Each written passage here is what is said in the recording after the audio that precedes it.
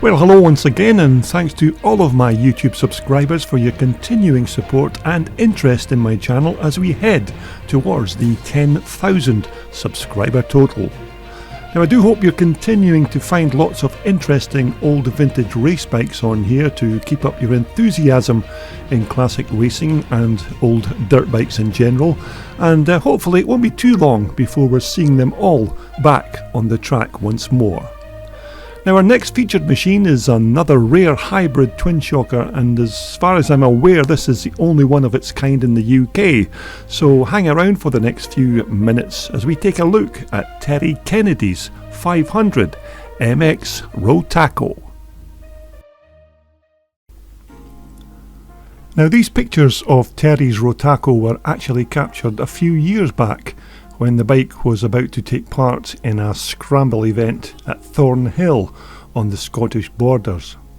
Now, because this bike is a hybrid, and naturally it's constructed from parts of different motorcycles, but essentially the bike's frame was taken from a Maico Alpha 1, which Terry re-engineered to take a 500cc 4-stroke single Rotax motor. Now, the combination of the Maico frame and the Rotax engine gave Terry this new name for his Frankenstein build, which he then called a Rotaco. Now, this Rotax 4-stroke power plant is a well-proven motor and is extremely reliable, and Terry actually sourced this engine from an old ex-army motorcycle, as these motors were widely used by the armed forces back in the day. Now, these Rotax power plants were a single cylinder air-cooled 4-stroke 4-valve overhead cam motor with a toothed belt driven cam which ran down the left side of the engine. Now, a quite heavy piece of hardware to put into a motocross frame, although they were very reliable apart from the occasional cam belt breakages which would leave you dead in your tracks, although most of the time no damage was ever done to these engines when the cam belts break, and it was simply a case of removing the side cover and then lining up the timing marks once again and slipping on a new belt, and you were just about good to go. But this was just one of the other reasons that the military used these engines, as they were very tough and worked well in any off-road conditions. Of course, these motors were mounted in an Armstrong CCM chassis at this time,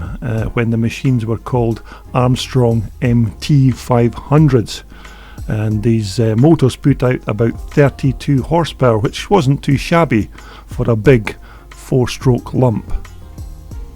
Now, as you can see, Terry's kept the original forks that came with the Maico Alpha 1 chassis, which were excellent for their time, and these would do a very good job on this new bike. Now, a nice pair of heavy-duty G-force piggyback shocks on Terry's Rotaco, which will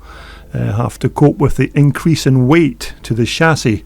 when that big Rotax motor gets fired up.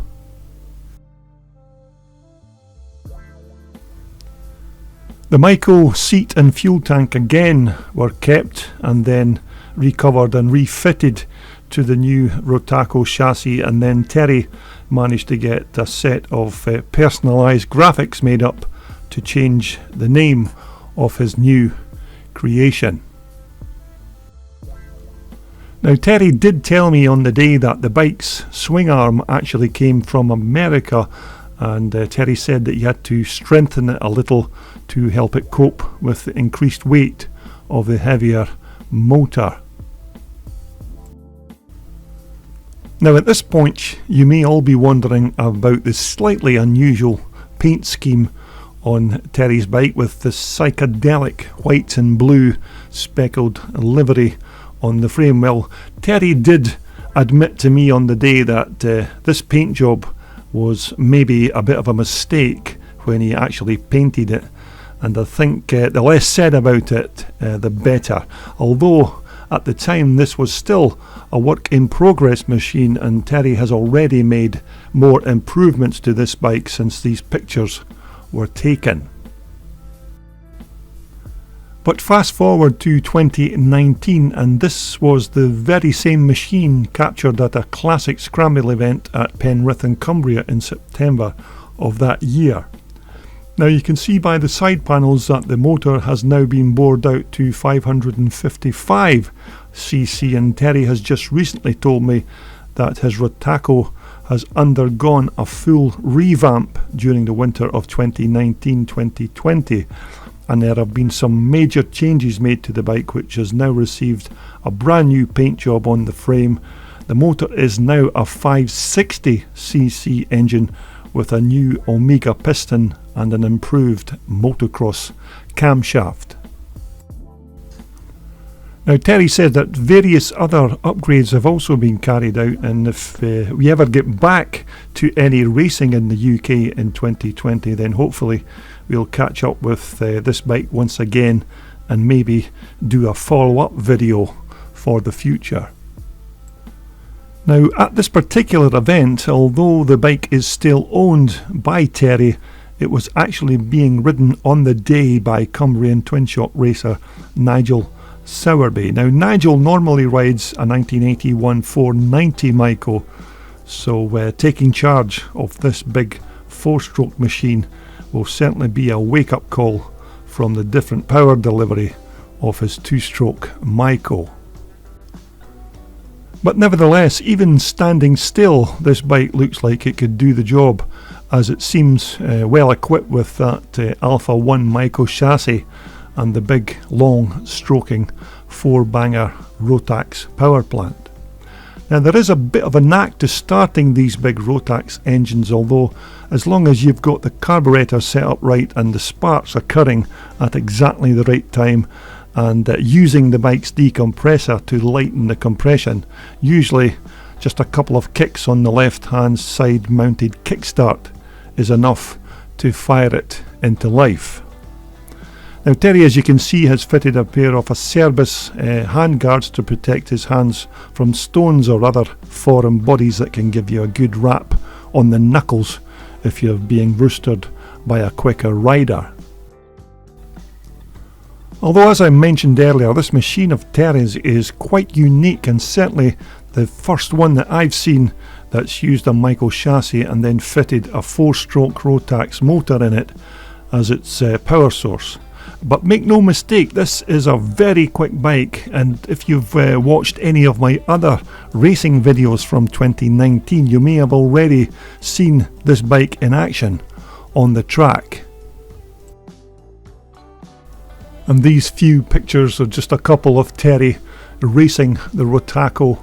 at a Scottish Classic racing event at Thornhill near Dumfries